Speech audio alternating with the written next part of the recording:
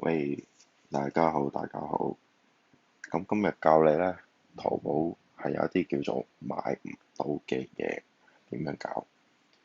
咁首先第一講一句啦，咩叫買唔到咧？咁你開個淘寶嚟試一試先啦。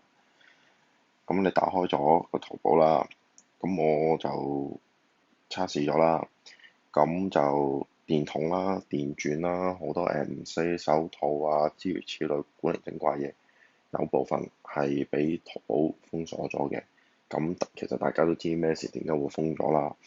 咁就測試一下係咪到先。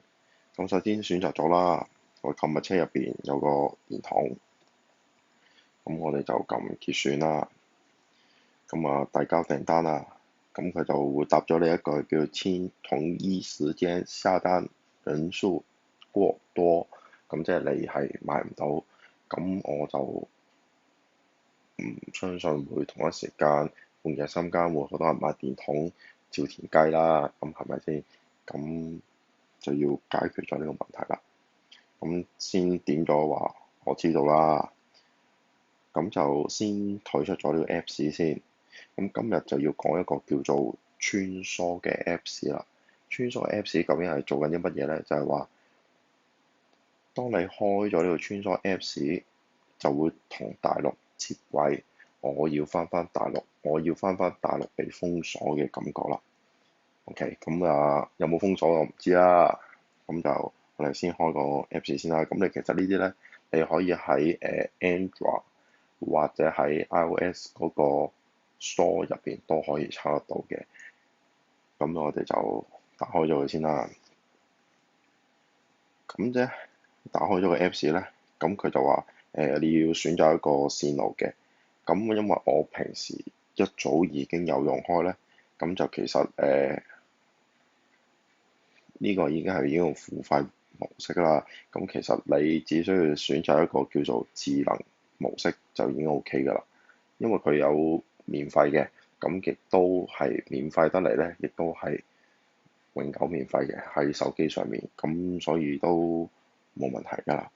咁你撳咗話智能模式咧，跟住選擇撳打開啟，咁佢話連接中請稍後，咁你等一等佢，跟住佢就會連接咗就係大陸嗰個 IP 啦，佢就會顯示咗叫做你現在可以試試訪問國內網站了，咁就已經 OK 㗎啦。咁我哋就翻出去，仲要再做多個步驟，就係要打翻開 iPhone 嗰個設定啦，跟住然之後咧就去翻一個叫做私隱嘅。然之後將個定位服務咧，原本係開啟嘅咧，咁你可以選擇關閉，亦都可以選擇個別 Apps。咁個別 Apps 即係而家嗰個叫做淘寶啦。咁你選擇話喺呢個應用位置嘅時候咧，你就選擇性永不嘅。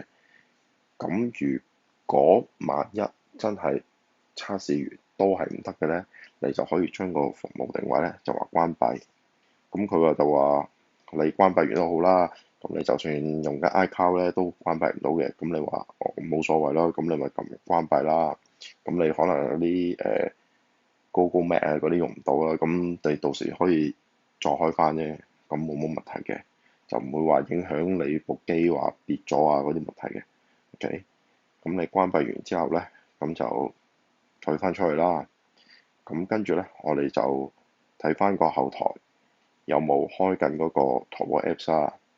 咁如果冇嘅咧，咁你直接再打翻開。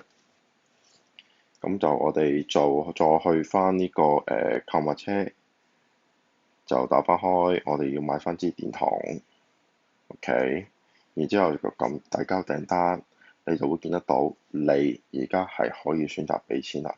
咁當然啦，而家我哋有一個測試，唔係真係要買支電筒嘅，咁俾多錢。